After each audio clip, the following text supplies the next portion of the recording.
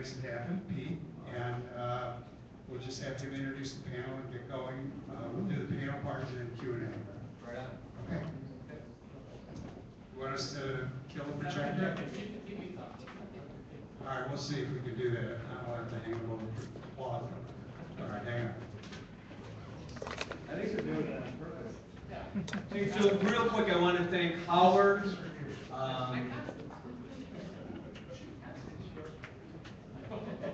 Maybe we'll put Jason in the middle. It goes right under me. That was good. All right, fantastic. Okay, so real quick, I want to thank Howard and his staff for doing a fantastic job of supporting the program, promoting it, and hosting it. They helped us get the Wall Street Journal to be a sponsor of the program. But I do want to recognize Howard and team for being the #1 incubator in North America. Congratulations. Awesome. And providing health care. So a double clap for Howard and team. So thank you. I just want to say that next month we'll be announcing that we're also going to provide to our members a 401k plan. Wow. So it's a really cool thing, and all your companies will be able to provide it to your employees. It's a very turnkey, painless thing, very much like the healthcare program. Awesome. Very good. So I also wanted to thank the staff in the back. Thank you very much for all your work. If you guys have Amutha and team in the back, if you guys can raise your hand and give a round of applause to them. And Amutha and the actual part of the TA management team who are tirelessly working to make sure that we provide services. So for all those folks in here, I wanted to welcome you. Wanted to thank all of our guests and the entrepreneurs. Breaking Voices, big shout out. Are webcasting us live.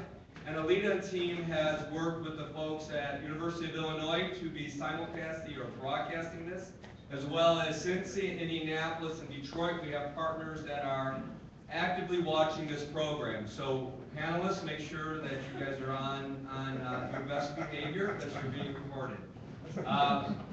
With that, I wanted to encourage you, if you want to tweet, we're doing active tweets, so at Hyde Park Angels or at Pete_Wilkins.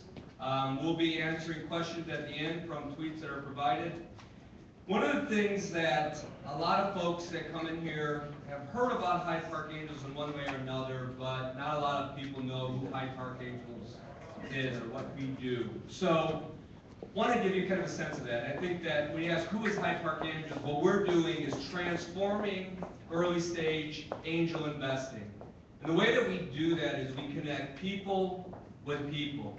We're entrepreneurs with successful executives, other successful entrepreneurs, and high net worth individuals. And what they have gathered around in their idea is that they want to make a strong Midwest, a strong Chicago. And the way that they want to do that is by investing their time and their money.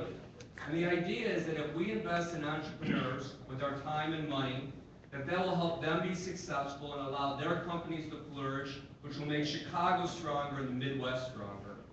And so one of the things that is important to us is make sure that we're working with the community. So to give you a sense kind of our success, I think there was a data sheet that was passed out that gives you an example of some of the work we've done. And we're the largest angel group in the Midwest. We have over 35 active, over 700 people, nearly $185 million in capital through our collective investments with our investment partners. So one of the things that we know is that no matter how hard that we work to invest in this community, the bad news is, as an angel group, we only invest in about 1% of the companies we connect with, actually less. And so our members, if we were focused on building this ecosystem, we knew we needed to do more. So we created this educational series in collaboration with 1871 to provide all of the constituents that want to participate the ability to learn how to navigate and build their companies through early stage investing. Not only do we provide these panels, but we also provide the information online. So we have a weekly blog, which is now becoming one of the most widely circulated information pieces in the Midwest. Encourage you on Medium and HydeParkAngels.com, and also subscribe to our newsletter. We're trying to provide you the information so that even if we don't invest in you, you'll still use it. The thing that we've done is we put together a resource guide with partners that, and I think everybody has this guide. These are partners that have done businesses with our portfolio companies, invested in our portfolio companies, or have supported a member within HPA. So they've all been vetted to help entrepreneurs build their business when the time is right. So it gives you an idea who they've helped and how they've helped them. So when you need that type of help, you'll have that support. So that being said, I wanted to recognize it's an industry partner, and to give you a sense of the kind of collaboration that we have with some of our industry partners. Molex, as an industry partner, invested alongside of us in a company called New Current Wireless Technology, and they're doing some really exciting things. Keep a lookout for them, so we appreciate all your support. I also want to recognize any HPA members in the audience. If you could raise your hand and give you a quick round of applause. Thanks. All right. So without any more discussion about who we are and what we're doing, we're going to get to the panel. But for the panel's sake, what I'd love to get an understanding is how many people are currently entrepreneurs? Raise your hand. All right, a lot of them. Okay. And how many people are aspiring entrepreneurs? All right, so I think that makes up all the audience. How many people currently have a board of directors? All right, that's a pretty good number. All right, well, fantastic. So tonight, if you have any idea of the panel that you have up here, there are probably 5 or 6 IPOs among them, countless of entrepreneurial successes. You have a breadth of experience, and so I'm going to swing it over to the panel, and I'll start with Bruce, and they're debating who has the more IPOs. All right. So Bruce, why don't you go ahead and introduce yourself, and we'll just go down the line. Hi, my name is. Yeah. Put it as closer than you think. So. Okay. Hello. Hi, my name is Bruce Barron. I'm a partner and co-founder of Origin Ventures. I want to thank Pete for all that he does for our community and Hyde Park Angels, great organization. I just want to thank Howard. I don't know if he's still here, but I love when Howard's in the room because when Howard's in the room, I'm not the oldest guy in the room. He kept the meter. I think he left. Maybe he takes care of it. So as I say, I'm a partner and co-founder in Origin Ventures. We're a local VC firm. We're in our 3rd fund right now. In Fund 2, we had the good fortune of being a lead investor in a company here in town called Grubhub. We led that investment round in 2007. First money in, we led Series A, Series B, participated in Series C. My co-founding partner, Steve Miller, and I both were involved in the board of directors. One of us had a board seat, one of us had an observation role, all the way through the IPO in 2014. We invest in software as a service. We invest in marketplaces like Grubhub, Wiggle, and other companies. We invest in digital media content as well. We have 4 partners. Like I say, we're in our 3rd fund, $50 million fund, and we're looking forward to our next fund. Thank you. Hi, I'm Constance Friedman, and I manage a fund called Modern Ventures, which is a relatively new fund. I just spun it out of another fund that I was managing called Second Century Ventures, which I launched back in 2009, and then Modern Ventures, which we just launched back in July of this year. So what we do is we invest in early stage technology companies that are focused in and around real estate, mortgage, finance, insurance, and home services. All of our companies have applicability in those industries, which are multi-trillion-dollar industries. They make up about 20% of the U.S. GDP. There's about 600,000 SMBs within that industry. There's $72 billion of marketing spend just to homeowners alone. So any of you guys who aren't thinking about that market, you should be, because it's just a huge market of small, medium-sized businesses. So anyways, the companies that we focus on are those that are applicable in those areas of focus, but also in other industries. And so usually it's easiest to talk about examples. So if you think about a company like DocuSign, which was one of my companies, they do e-signature and transaction management, which of course is applicable in real estate, but also everywhere else. And those are the kind of companies we get excited about. Similar to Bruce, we also look at some SaaS companies, primarily SaaS companies, marketplace companies, fintech, alternative finance, lending, artificial intelligence, drones that we're kind of looking at, things that are really just creating business efficiency and optimization across our industries.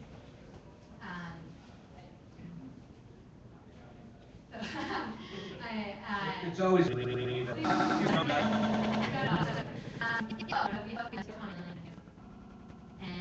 have our page, so advisors to help launch our companies and work them into bring them into making them successful and building credibility so they can then go on into other industries. When was your first application, or your application to do? So our application, we have applications open right now. We have an early deadline next week and a final deadline in mid-December. We have a couple companies that we'll announce next week. The first ones, we launched the program in January. Thanks, Russ. nice job, Mark. So we'll swing it over to you. Technology company online that came over in 2004, which is private, big public 2000, private 2002, and sold in 2004. And then I got bored and wanted to get back to programming. I ended up creating another, what eventually became a company called Answers.com. And we took that public in 2005. We sold that in 2011. And since then, I've been teaching at Booth, teach entrepreneurship down at business school there. And then since I've gone through that full time, see the finding ways to fill my time up. I also do economic development here in the city of Chicago, helping empower a group called Chicago Next that I chair. But more than that, I've been in this industry now for over 30 years. So usually I'm the oldest one in the room, so I'm feeling pretty good. Because it's been a small industry that has grown over time, and it's exciting now because we're in a great spot compared to any time we've been here before.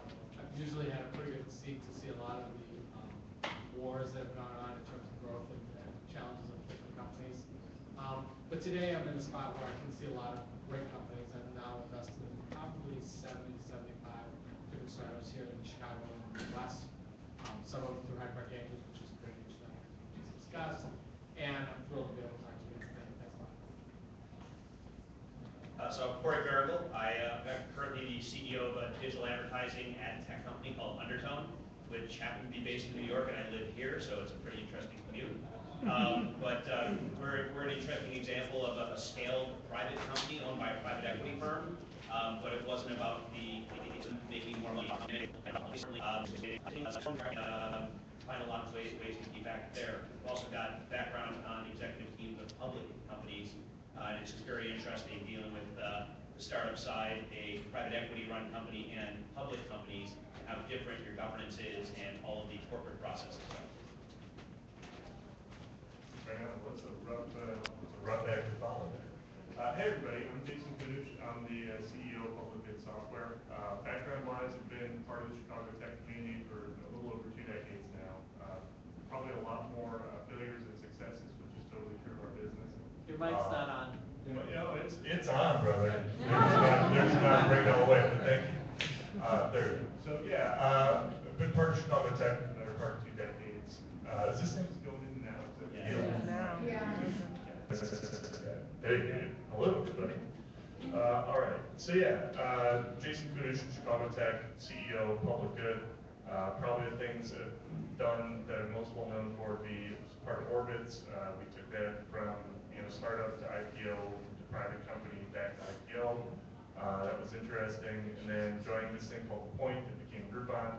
So then my life took kind of a turn. I realized I didn't want my obituary only to say I got you good travel deals or deals at Daily Spot. And so I joined a presidential technology team for Obama for America 2012.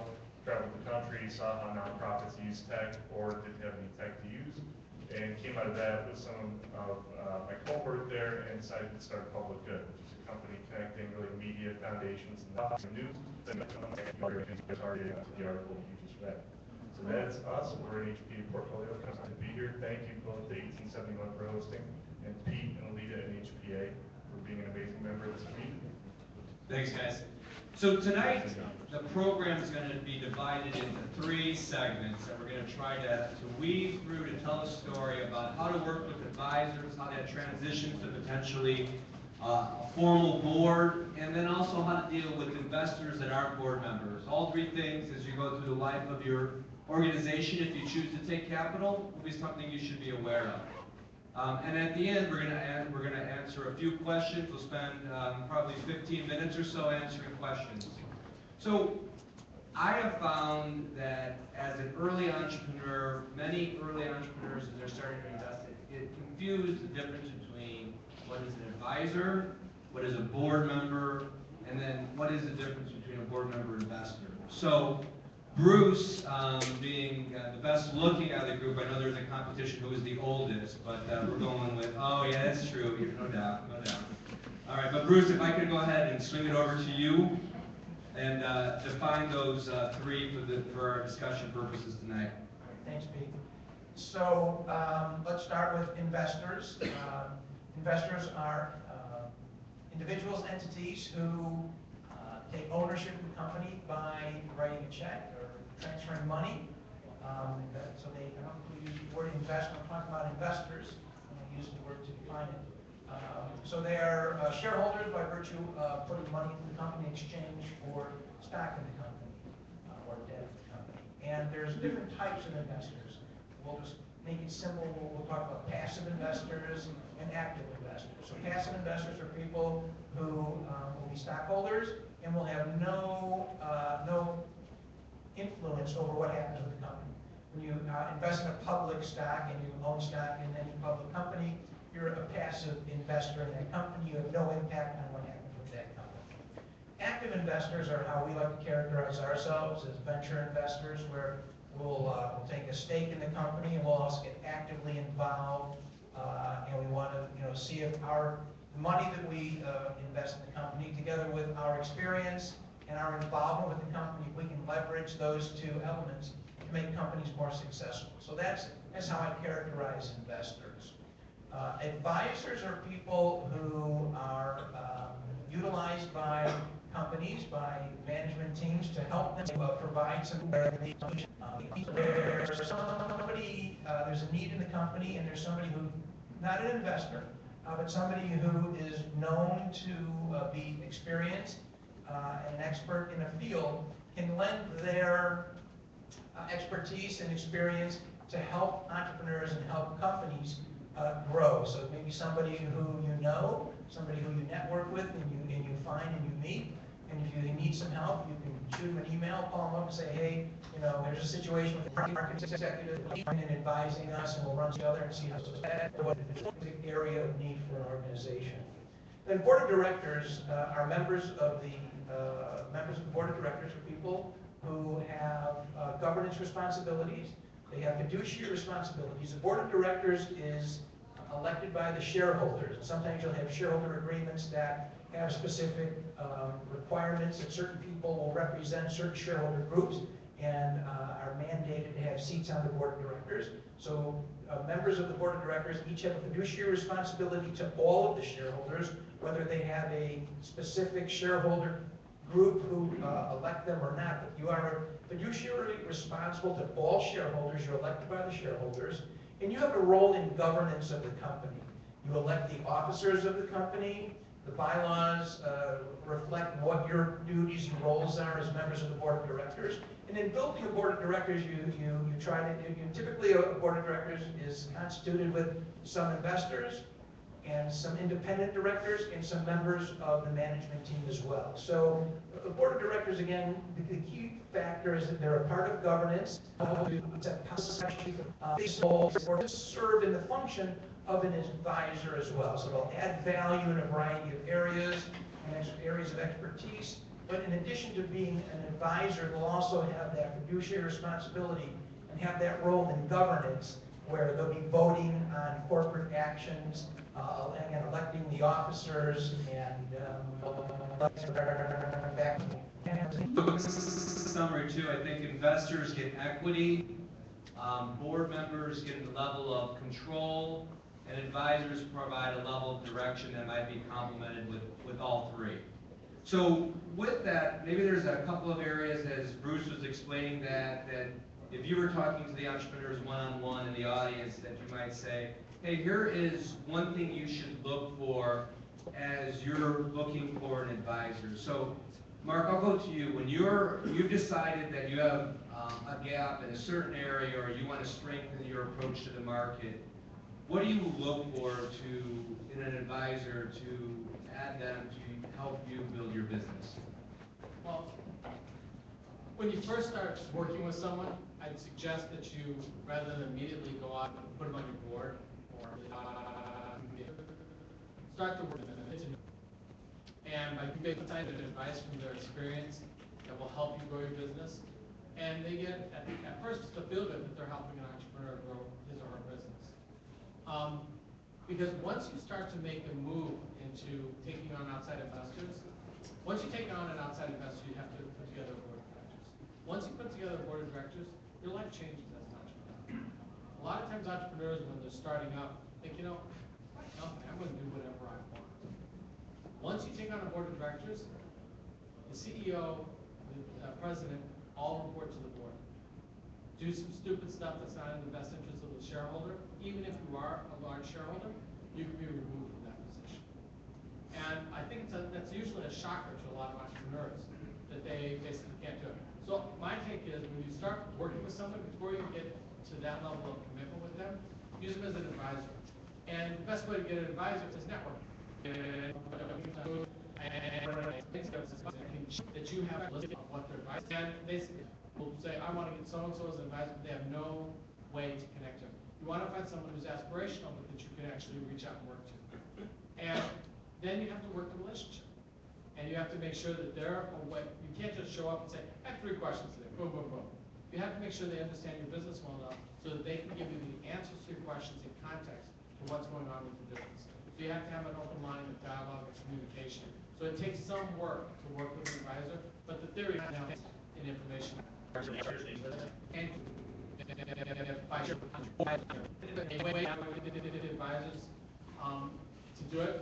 I would start with individual advisors along the way, and then when you get a few of them, you find it's a little bit more efficient just to hold a meeting of your advisors, pull that together, and at that point when you're ready to pull the trigger and start taking on investors, in theory, if you've done a good job with your advisors, they're going to be the first money in. They're going to write a check to you because they believe in what your business is and where you're going. But after that, some of them may transfer over to your board of directors because they're willing to take on the fiduciary responsibility. Some of them may not. But we manage them in a somewhat similar way. So Constance, you in your incubator are doing a lot of matchmaking, advisors to companies. Ways that we can add value to sort of our ecosystem is we're looking to help the industries we serve, so the industries we focus on, and by finding the great technology companies that are helping to change those industries, and then by introducing those technologies to the companies that are the ones that are, well, one of the ways that I would suggest you go about finding your advisors and mentors are by finding those who are, really a target customer, a target group that you're looking to, that you're targeting for your product or your service. So, for example, when we try to pair people together, so you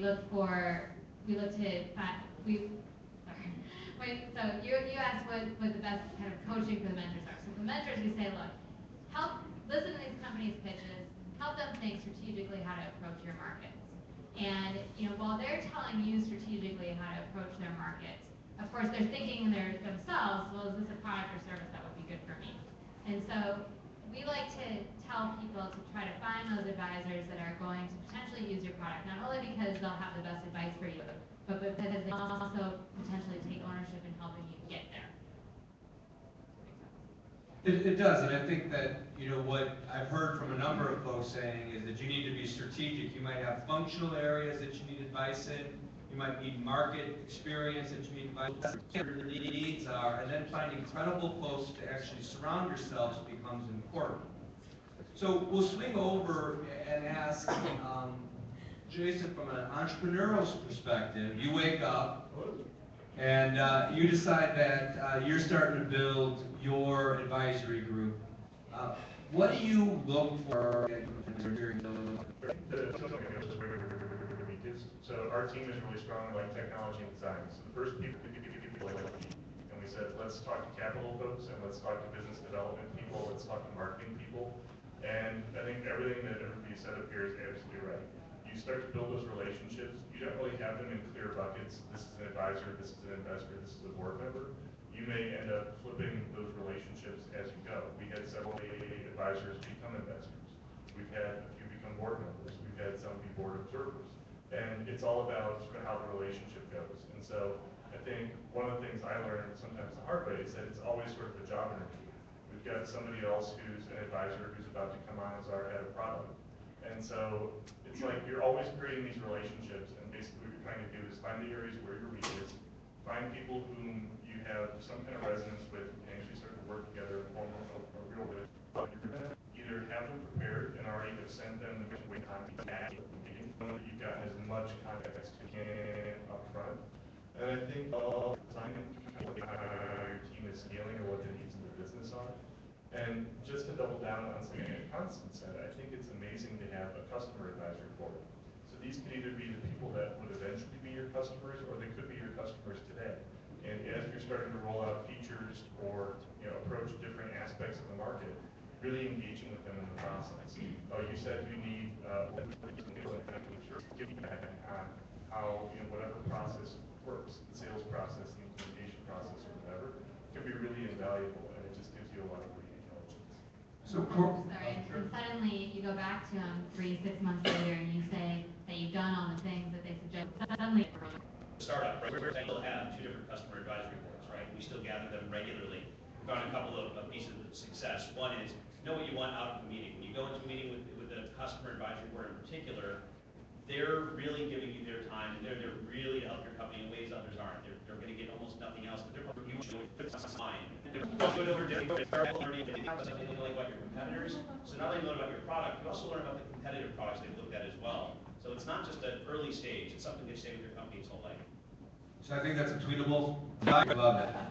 One other thing, if someone starts as an advisor and they're not proactive with you, or they're not interactive, or they're hard to reach, you just stop calling them. They're no longer an advisor. But if you take someone on as a board member, it's awful hard to get them out. And they're going to be there for as long as they have that right, or as long as the majority of shareholders believe they should be in that capacity. So you have to be a lot more cautious when you ask them to be on your board. And then the last one is the investor. And they're there until you have directly 5 investors, and they are there to get them. So the practice is there. I mean, it's how long are you going to be wet? And I think that's where you get to test them out a little bit as advisors as well. So, Corey, you're a pretty busy guy. You're CEO, running a company, traveling all over. I'm sure your family loves that every single moment. But you're making some time for your different companies that you're working with. Some you've invested in, some I know that you haven't invested in. And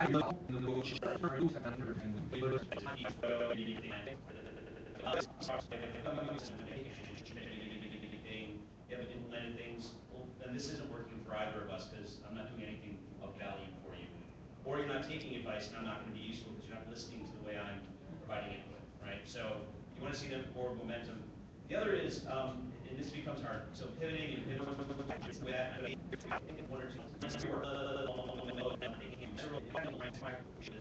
as an entrepreneur, as soon as you take money, you are there to create shareholder value. That is your job. My job every day, my board lets me know that all the time.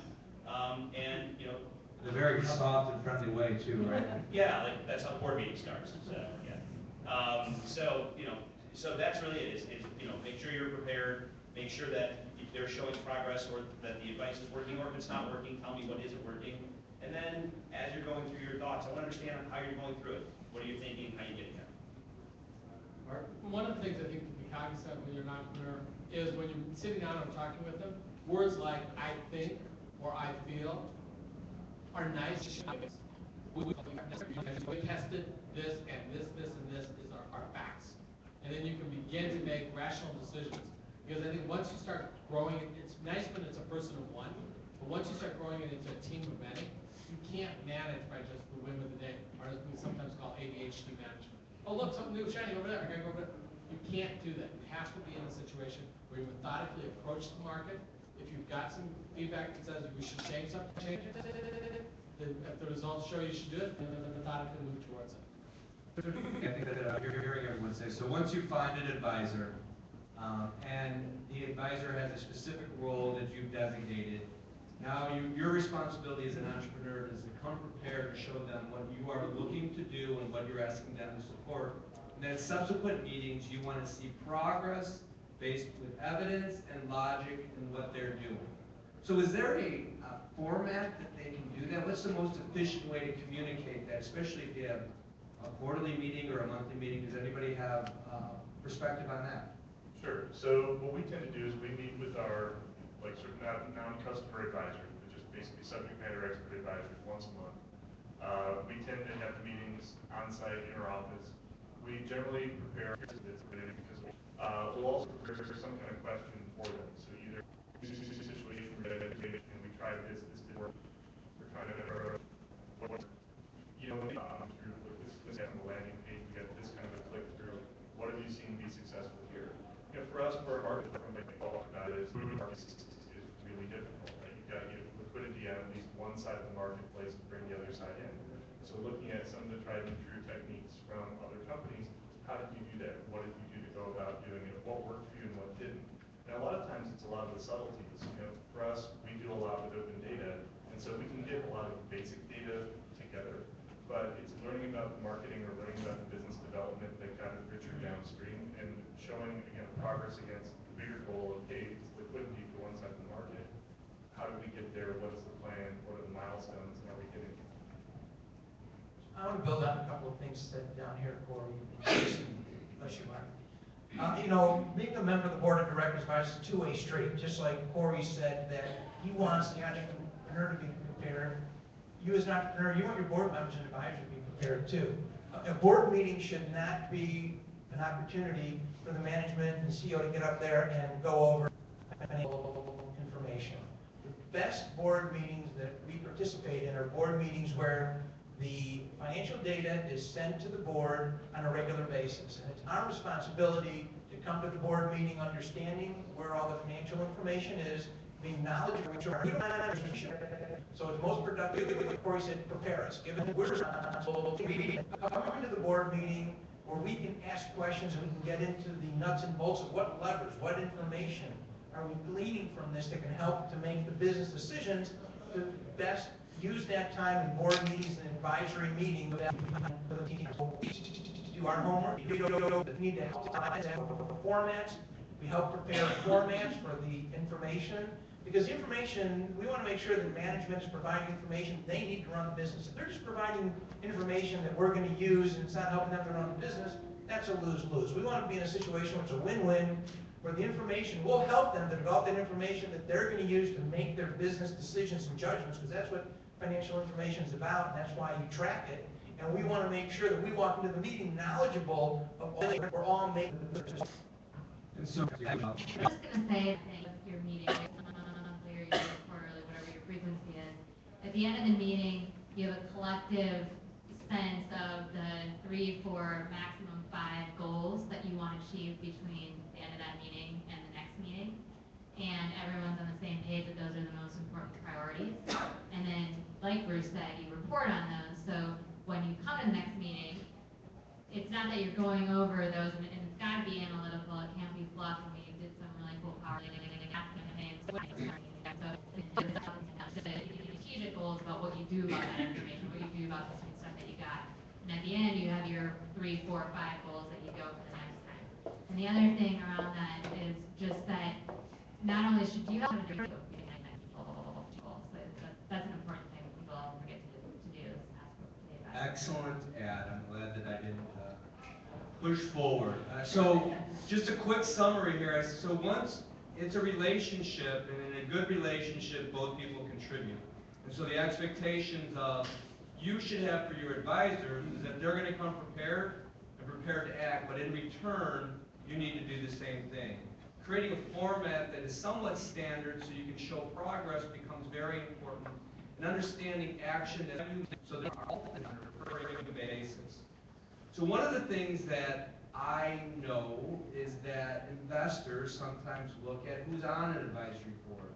So Constance, maybe you could explain, when you're looking at a startup, how do you evaluate who they've surrounded themselves with by looking at who they say are their advisors? Good question. Certainly if their advisors are their friends and uncle and brother's uncle that don't have any relevant experience, that's not a good thing. So it's I think that the thing I want to see is who's on the board. I mean, people and maybe that's in the particular field that they're working on, someone that's very relevant, someone has that experience. Maybe it's, like I said, the customer before, but certainly people who can be a significant uncle is a really high revenues, but then that's where his expertise goes away. And it's not, I use uncle, but it could be anybody. And so it's important to, I think, have the capacity to be able to pick those people who are going to be really helpful, getting you to $1 million, getting you to $5 million, getting you to 10 and 20 and so on. And it just may very well be different people. So Bruce, you're in a position and you're ready to, you're intrigued by this company. The entrepreneurs really kind of demonstrated something that you might invest in based on their business and you the company.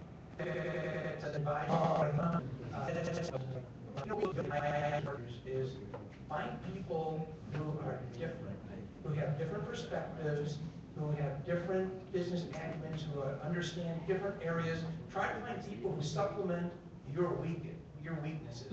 Like Constance says, uncles are, we don't want to see cheerleaders on the board or advisors. They don't provide value. Because these are people who are going to provide value. So you want to look for people who have synergistic skills and experience.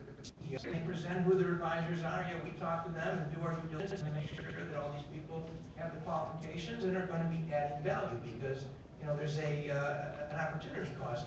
There's always so it's not building a cheerleading squad. It's building people who are different than you, who look at things. If everybody around the table has the same perspective on things, there's a lot of extraneous people. You want people who can challenge you. You have to have thick skin, because everybody. You don't want people who are just going to shake your head and agree with you. You want people who are going to be critical of what you're doing, because if everyone around the table thinks the same way, you're not going to get the most out of the situation. No, I don't know many people other than Mark Tebby who by himself is the smartest guy in the room all the time and he has all the right people. You have to know your own weaknesses and have thick skin and have people around you who can help you and provide. Oh, the smartest guy in the room there talks like you're not. The floor is yours with that kind of intro. Let me be clear. I am not the smartest person in the room. When he's in the room with me, he's the smartest guy. Will you be my advisor, Mark? No, for me, one of the reasons why I was able to do the business that I did is I was not afraid to go out and get really smart people who could kick my butt. I mean, I learned more by them challenging me than ever before. And when you get an opportunity for someone, you can't just go in and say, hi, could you be my advisor? You gotta just get to know them. I had an opportunity, and I've had many advisors along the way as my business grew, because my business was 20 years in the tech industry that could have easily fit in this room when I first started. I mean, I think I could take every person who knew something about a personal computer in 1984 and fit them all in this room very simply. So, I mean, it was a small industry, but it grew fast. And I was very fortunate to get an introduction to Bob Galvin out of Motorola. So I sat down, and for those who don't know Motorola, I know Bob Galvin. He is by far the man who single-handedly led this organization to be not just what him and his father were working on, but to an international leadership position worldwide. Brilliant man. I was very fortunate to basically go out and talk with him. I went out and met with him. I was introduced to him. I said, wow, I really know all about you. I'd love to spend some time with you. He's like, you know what? I have some free time. I'll have my assistant call and set it up. First off, follow up. I did. I called her up the next day and said, I know you're gonna set it up, here's some options that you could work. She found a date, I went out there and literally sat down with him, explained my business, talked to him, and asked him good questions. But all said and done, he goes, I really enjoyed this. You should come back again. Rather than just going, okay, I think I will. So that'd be great. When can I come back? He's like, you should come back in a month and we'll kind of update me what's going on. I literally had the opportunity for, on average every month, but sometimes it was, every 2-3 weeks. And as the time went on, when I had a couple things went up, it was every week. For 5.5 years, I sat down with Bobby Oliver. And most people were just shocked at the relationship that I had with him. And it's because I just had an opportunity, followed up, stayed with it. I was respectful of his time.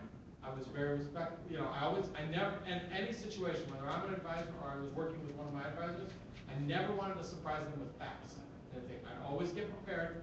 In the early, before there was email was prevalent, I used to send FedEx packages or our mail packages. Like I have a board meeting tomorrow. There will be no new facts that come up in that board meeting because I got my board packet on Tuesday. I am ready for that meeting, and they better be ready for me. But it's you have leverage that opportunity and stick with it. They better be ready for me. That's what I get. Hey Bob, here I come. Watch out. So I'm going to summarize. We're going to talk about boards now, but I think that right support, figuring out what the relationship is, understanding what the material and action that you're looking for, developing a mutually respectful relationship, like anything, is critical. Who you surround yourself becomes important with investors. Making sure that you understand that your advisors are most likely going to speak candidly about your business to investors because they have their reputation to protect as well. So you better make sure you have the right advisors saying and in alignment with you. So all these things have come together and your business is growing. And now you get an investment. We're gonna, for discussion purposes today, we're gonna just assume that you're forming a board as a response to an investment. Because some people do form an official board without an investment, and I would say that we're not gonna discuss that because there's a lot of questionable merits of why you would do that. So you get an investment, and now we're going to form a board. So Constance, who in a startup board, let's say it's a initial, we're just going to use a series seed, or it would probably be a series A, so they have an investment that comes into the group, and now as the entrepreneur, how do you determine who is your group? Usually if you have an investor coming in, some of that decision is made for you, because most often an investor of any size will want to have a board seat. So usually you're going to have representation of the common. That might be the common shareholders would be often the founders and founding team and the employees. It's going to be an option plan along with it. So there'll be a representation of the common, which is often going to be that founder and or CEO or both if they're the same people or different people. So you might have one or two, and then you'll have your investor. And I think for a Series A, that's often the makeup of it, with the exception that there might be, I'd recommend also an independent advisor. So someone that we've talked about before, someone who will be representative of really being able to help shepherd that company into the industry or into where they're trying to go. So Mark, how many typically do you see on the board? What would you say? Definitely make it 5. All right. I said 4, so I didn't want to end there. I was just gonna say, my recommended practice, have an odd number of board members. Not because your board's odd, but basically you want an odd number so that you never can tie. So there are a lot of reasons why a board has different sizes. Let me give you a couple. Why I think practical working tips. If you're in a seed series, you usually go with the entrepreneur. You go with the outside investor who happens to be leading that seed, who's requesting one seed, and you go with someone independent, could be an advisor that's going to go there or someone that knows the company, but you're going to go with an independent. Usually 3 is a good one. As you get into an A, it tends to grow to 5. And what will usually happen is the inside management team will want 2 of the seats, so maybe that's the CEO and a board and an advisor who's now joined the board. The outside investor will want 2 seats, and it could be the person who was the seed that they happen to know and still want to work with. It could be, they can tell them, thank you for your service, but we're going to bring in 2 other people. So you're going to have 2 of those, and again, an independent. And usually I would not recommend getting more than 7, possibly 9 board members. I mean, there's some boards that have been in Chicago that have been like in the dozens. You know, it's just bad practice. But I would just, you know, I think when you're in a small start, 3 goes to 5, goes to 7. Extenuating circumstances may kick it up a little higher. But remember, there's a formal board process, and those are board members. You can also, if someone comes along and you want them to participate, or you want their insight, but you don't want them to have the fiduciary responsibility, and you don't want to create a larger board, you can also give them observer things. And so what you might find is someone who starts in the seed series, when you have 3 members, they may move from and then you go to Series A. Series A team may say, we want 2 seats. You're going to have 2 seats. We want an independent board that we both agree on, which may or may not be already the independent on the board. And they may say the person who was on the seed series could be a board observer, which means they have the right to come to all the board meetings. They may or may not be able to add and contribute at the meeting. It depends on the constitution of the board and how people feel about it, but they don't vote on matters.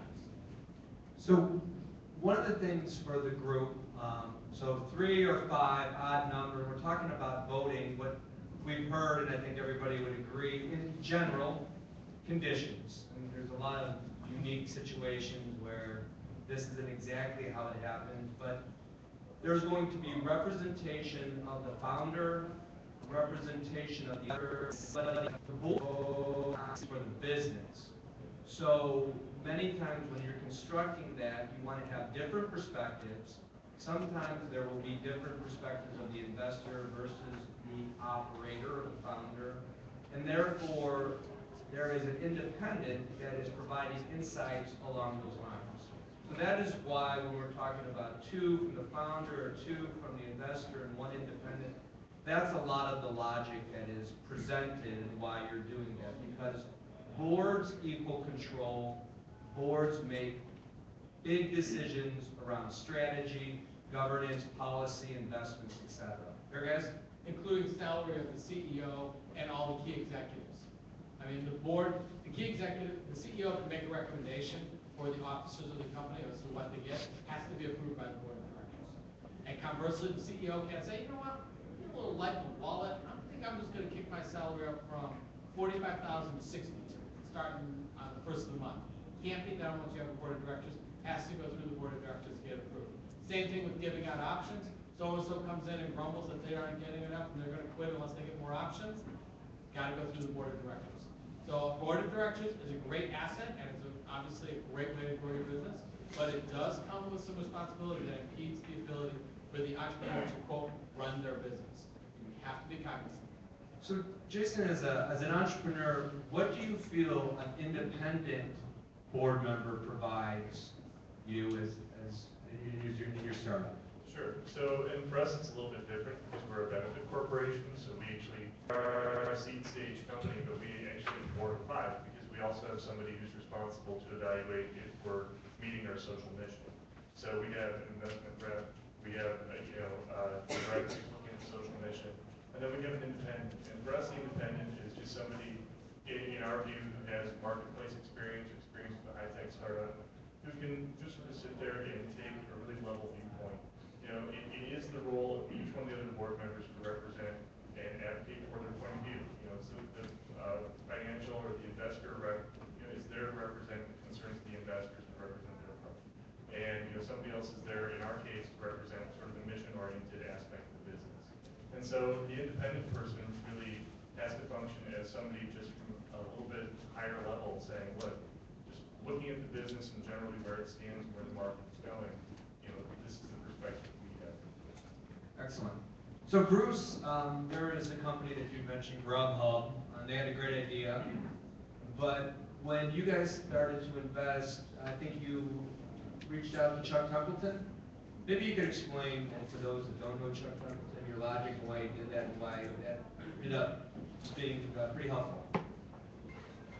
So one of the things that we like to do when we look at investment opportunities is where can we add value, whether it's through resources we have, people in our network, and when, as Pete says, when we were making our first first investment in Grubhub, we recognized that the two co-founders were young. They'd never run a business before.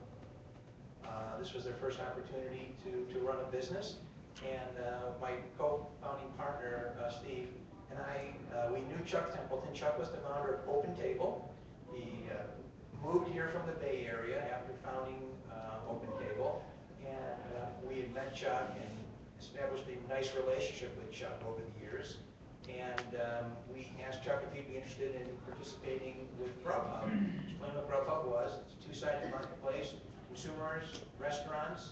Chuck built a network like that before, so we went to Matt and Mike, the co-founders of Grubhub, and said, one of the things we'd like for you to do is figure out a way to engage Chuck in the business.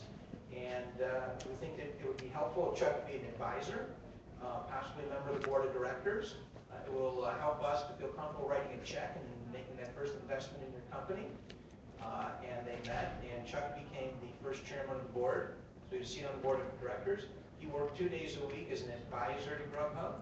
And I think that Chuck was extremely helpful in the early years of Grubhub to help two young co-founders who had never run a business before to get over a lot of those hurdles that all entrepreneurs face. So having Chuck on site 2 days a week, having him the chairman of the board of directors, was a very valuable relationship that Origin Ventures made by introducing Chuck to Matt and Mike.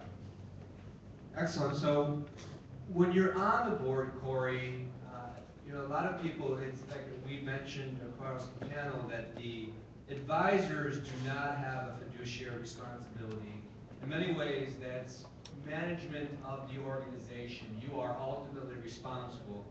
Can you explain what are the roles and responsibilities of a board member as they're governing an organization? I know there's a lot, but maybe 3 bullet points. Well, I mean, the quick one is you're responsible to the shareholders, right? You're responsible to ensure that the company is delivering shareholder value, and therefore the decisions are consistent with that. And yeah, there's a lot of tactical stuff like compensation approval, making sure that the legal governance and you're following the right return to the shareholders, whether that be through some sort of exit, dividend. There's a lot of different ways to return value to shareholders. That's at the highest level what they're there for. Along the way, and Mark was touching on it, there's a lot of administrative aspects to the board being in place, from compensation approval through checking, making sure you have the right insurances, right? Making sure you're doing a business in the right jurisdiction. And why that's important to you is when you exit. The hardest part for a lot of startups, and I actually have done 2 acquisitions over the last year of startup companies. Both of those acquisitions almost died because of decisions those founders made on structuring the company, forming the company, the way they were paying their employees. Not okay to pay your employees in cash and pay no taxes, by the way. But anyway, yeah, just so you get that tomorrow, right? But the reality is, it almost caused us to not buy the company, and they almost then, as a result, did not have an exit. We, by the way, had to do a very strange deal structure to avoid inheriting those liabilities as an acquirer. They did not have a formal board. They were very early stage. They were actually only 2 years in existence and were self-funded. But the board is, so while it does look like a bit of a pain, they're actually trying to make sure, and they should be making sure you're set up in all of those areas. And it doesn't mean every meeting you're going through are our insurance policies, right? It's meaning they're asking those questions, making sure those things are there, and helping provide the guidance to the business for the exit eventually. So you were talking about public companies and looking at acquisitions. One of the things that is certainly true, the role of a board as a startup board versus a public company board is much different.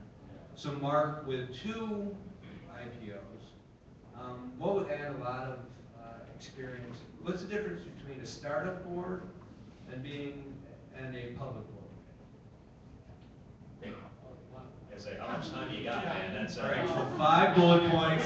Start with your You get the gist. Okay. When it's a startup board, personally, I tend not to be on a lot of startup boards because you have all the liability, but not all the control. You're dealing with someone who has a lot of the equity, who has strong opinions about the business. So I tend not to want to bang my head against the wall and argue with someone, or being in the role of being a babysitter. Oh, this person doesn't like this person. I just don't have time. So when you're in a startup role, you tend to be more closely aligned, more closely affiliated with the business. You tend to get into a lot more operational details. You tend to do a lot more hand-holding, and you tend to be, more in a managerial role without being a managerial role. When you move into an equity financed role, you start to get a little bit away from it because first off, the business is more probably growing a bit. So they have processes in place. They tend to have content experts, whether it's for marketing or for sales or for HR, that basically for finance, that can basically operationally get the business to where it's running a little bit better. You don't have to handhold the whole thing. And then when you get to a public company, they definitely have those processes in place, which alleviates a lot of the operational control. But you're now charged with, and in all three of those cases, you're charged with forward-looking strategy. Making sure that you're using the shareholders' resources to the best ability to advance the cause so that long-term you have a very valuable company. When you're a public, you're compounded with a little bit of an extra challenge in that your stock trades every day. And you're as good as your last day's closing price. And so people tend to get very reactive to what's going on with this particular quarter. And it's challenging to be in a business where you're looking at long-term strategic value while also dealing with the short-term quarter. You're also representing shareholders who you may or may not know, most probably not know. So you're going to, if you're on a public company, you're going to get emails and letters and forward posts and tweets from people you've never met in your life. Class action lawsuits. Class action lawsuits, I've seen those too. Unfortunately, they're part of a few. That basically you've never met in your life and you have to answer to them. I mean, they are a shareholder. They have as much right to access to information as anyone else who's a shareholder. And they have an opinion. I don't like your CEO anymore because he presented and did this, this, and this. I don't like this because she did that, that, and that. Some of it you can dismiss, but you've got to at least be cognizant because you're representing them. And so when you're in a public scenario, you just have a lot more that you're responsible for overall, which goes back to the reason why I don't like facts coming up in board meetings. Give me the facts ahead of time. Let's have a procedural discussion, an organized discussion about where we're going and how these facts will help us set the strategy. So Constance, it's clear that a board, if you're an entrepreneur, you're the CEO, the board is your boss. And you have a responsibility, and there's a well-run board, it works well, poorly run board, it doesn't work that well. But let's imagine we have a well-run board, but there's some conflict that's going on, and you're the entrepreneur. How do you develop a good relationship with your board or your boss? Do you have any tips for the audience in managing a board from an entrepreneur perspective?